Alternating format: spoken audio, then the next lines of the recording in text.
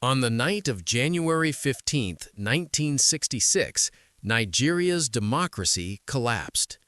What began as a military coup would end the country's first republic and permanently change its political future. Nigeria was barely 6 years into independence, but beneath the surface, the country was already deeply divided. Regional politics, disputed elections, corruption allegations, and violent rivalry had pushed the nation toward instability. Nowhere was the crisis more visible than in the western region. After the controversial 1965 elections, the region descended into chaos. Arson, assassinations, and street violence became common. Many Nigerians believed the political class had lost control.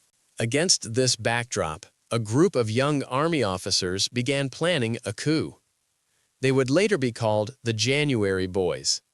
They claimed their goal was to rescue Nigeria from corruption, injustice, and political decay. Among them were Major Chukwuma Kaduma Nzeogwu and Major Emmanuel Ifeajuna.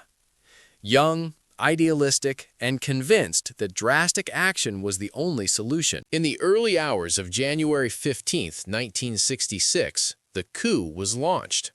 The plotters struck simultaneously in Kaduna, Lagos, and Ibadan. In Kaduna, Major Nzeogwu led the most successful operation.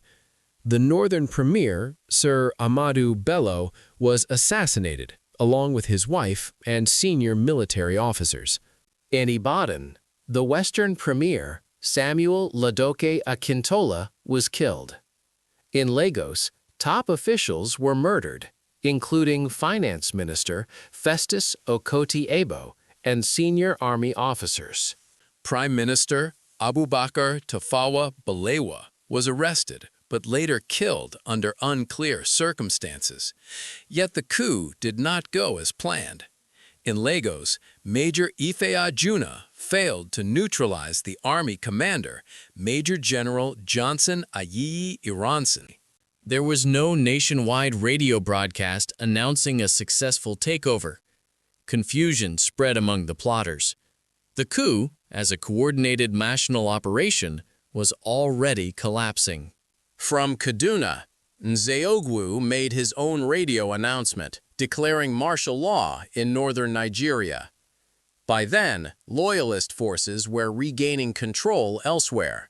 Despite the failed takeover, Nigeria's civilian government collapsed. Acting President Nwafor Orizu announced that the cabinet had voluntarily handed power to the military to prevent further bloodshed. On January 17, 1966, Major General Johnson Aguiyi Ironsi became Nigeria's first military head of state. The constitution was suspended. Democracy was over. 22 people were killed during the coup. They included top political leaders, senior military officers, and civilians. Only one victim was Igbo. Although the coup leaders insisted their actions were nationalistic, many Nigerians, especially in the north, saw it as an Igbo coup. Key Igbo politicians survived. Ironsi rose to power, and distrust deepened. Anti-Igbo violence erupted across parts of northern Nigeria. Thousands of civilians were killed. 6 months later, a counter-coup followed, ending Ironsi's life and the lives of many Igbo soldiers. These events pushed Nigeria toward an even darker chapter: civil war.